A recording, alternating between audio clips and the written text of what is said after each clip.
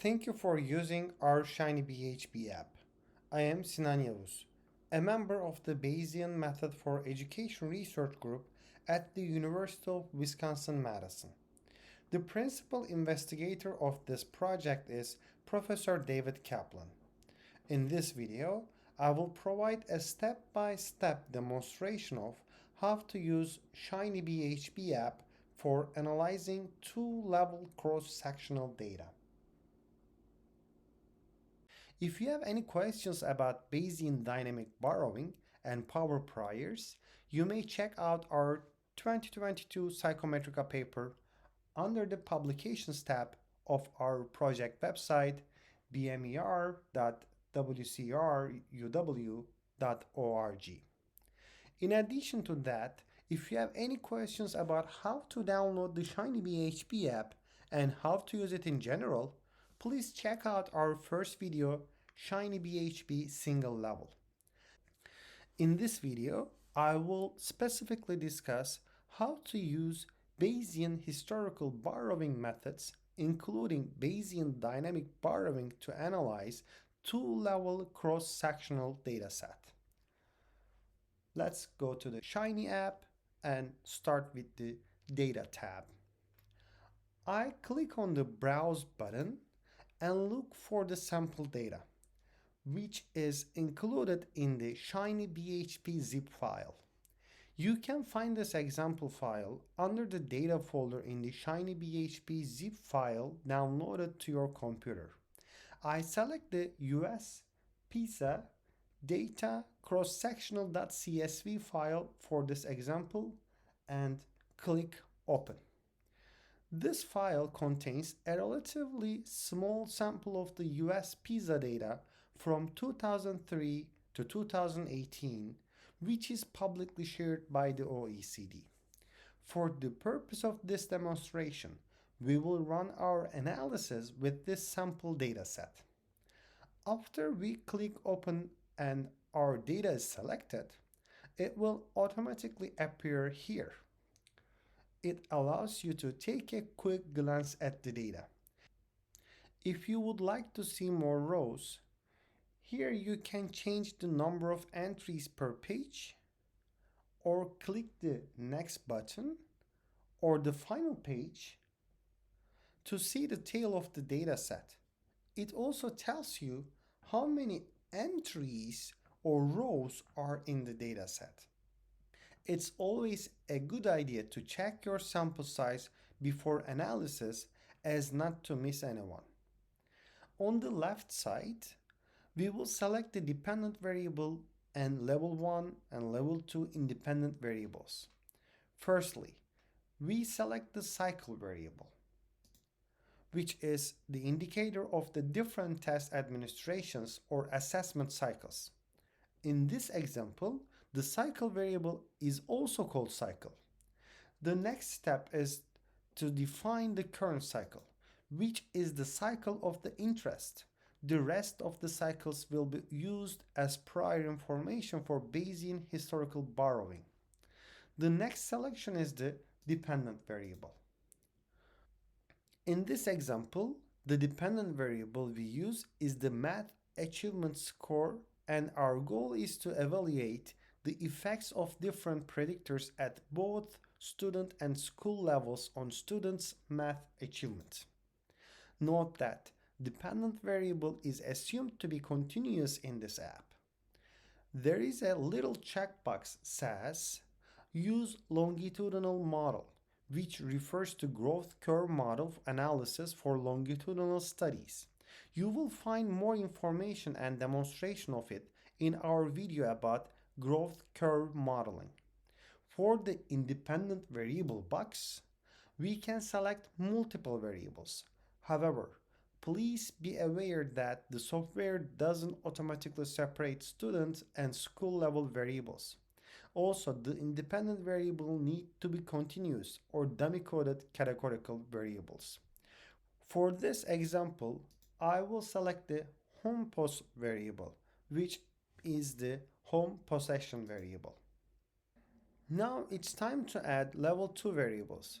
So I click on the Add Level 2 button. Group ID is the level 2 ID, which is the school ID variable in our dataset.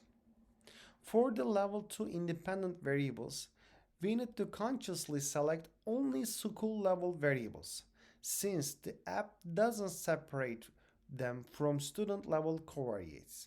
For this example, I will select student teacher ratio, this ST ratio variable. After selecting the independent variables, we can move forward and go to the estimation tab. On the left side of the tab, we have the selection of the type of borrowing, and on the middle or right side of the page, we have the model in an equation form. Because it's a multi-level model, we have an equation for both level 1 students and level 2. School level covariates and error terms can be clicked in and out on the level 2 equation. For example, if we click on the ST ratio on the intercept and it turns to blue, it means that it will be included in the analysis. If we click one more time, it will strike through the variable and remove it from the analysis. Let's add student ratio variable back to the intercept model by turning it blue. We can add this school level variable to the random slope model as well. But let's keep this variable off the random slope model for simplicity. We can turn the model into random slope or random intercept model by adding or removing the error term of the slope. Let's allow the variation on the slope parameter by adding the error term here. For no borrowing, we can still determine the hyperpriors for sigma gamma, tau u, omega u, and sigma r. One limitation of the app is that not all the distributions are available for all the hyperpriors, but we do include some commonly used prior distributions. There is also a footnote indicating that the data have been standardized during the computation. Hyperpriors should be specified based on standardized data, and results will be converted back to their original scale by default. On the left side, under the type of borrowing, there are three selections: no borrowing, static borrowing, and dynamic borrowing. No borrowing refers to no prior information based on historical data is used in the analysis. Static borrowing refers to a kind of borrowing where prior distributions won't vary based on heterogeneity between historical data and current data, while dynamic borrowing refers to a kind of borrowing where prior distributions can vary based on heterogeneity between historical data and current data. There will be more borrowing when historical data and current data are similar and less borrowing when they are different. According to selection here, options under methods as well as hyperprior selections on the right hand side will change. Let's click on the static borrowing.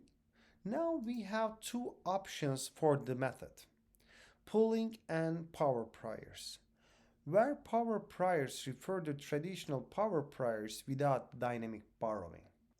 If you click on the power prior, the alpha parameter option for the power prior method will pop up, and the default value is 0.5. Here you can update this parameter value to change the degree of borrowing. Note that 0 means no borrowing and 1 means complete borrowing. Because the most significant contribution of this Shiny app is the Bayesian dynamic borrowing, I will demonstrate specifically dynamic borrowing, but other methods also follow the same idea in terms of running them via app. After selecting dynamic borrowing, only BDB will appear under the method section. Now, we can go ahead and set up the priors we want to use for our analysis. We will start with sigma gamma. Under the prior distribution section, gamma has a superscript, which represents all cycle, current and historical. For BDB, we will also set a prior distribution for mu gamma. There is also a V parameter from the Wishart distribution, which indicates the degree of borrowing. Other parameters are tau s, omega s, and sigma r. For the purpose of the demonstration, I will go with the default options. After we determine the priors, we can go back to the left side and select the number of chains and total iterations we want to use. Also, the number of cores we want our computer to use, warm-up iterations, and thinning interval. Each chain can only run on one core. So if you have enough cores, it would be more efficient to select an equal number of chains for the number of cores. For this specific example, I will select the total iterations as 40,000 and warm-up iterations will automatically be half of this number. I will go ahead and click the Run button. Now here, be patient and follow how the sampling process is flowing occasionally. When you see the done exclamation point and no more stop button, it's all done. From here, we can go to Diagnostics tab and check to see if the algorithm has converged. On the left hand side, you can see the parameters, and on the right side, you can see the density, trace, and autocorrelation plots. Let's click on this.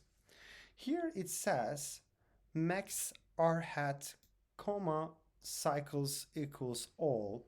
This shows us the maximum r hat value found among all the parameters in all the cycles. When you change the parameter, let's change it from theta r to gamma 00, and you will see the r hat value for this specific parameter. If you would like to report these plots, you can simply click the export plot button and save them as an image. We suggest that r hat values should be less than 1.05 and ideally less than 1.01. Once we are done with the diagnostics and we have made sure that convergence is satisfied, we can go ahead and click on the Results tab. On the left hand side, we can see our model for references, max R hat and LUIC values, and also level 2 LUIC values as well. LUIC refers to leaving one level 1 unit out at a time, and level 2 LUIC refers to leaving one level 2 unit out at a time. Now on the right, we have the multi-level Bayesian dynamic borrowing results of a small sample of pizza. It is worth mentioning that these results were produced after borrowing information from all the previous cycles. It has the same structure that RSTAN produces. We have the mean value of the coefficient, standard error of the mean, standard deviation, and credible intervals, also effective sample size, and R hat. ShinyBHB allows users to export their results table in a CSV, Excel, or TAG format. We hope that you find the ShinyBHB and this video useful for your analysis. If you have any questions, please feel free to reach us by clicking the About tab and email us link. Thank you.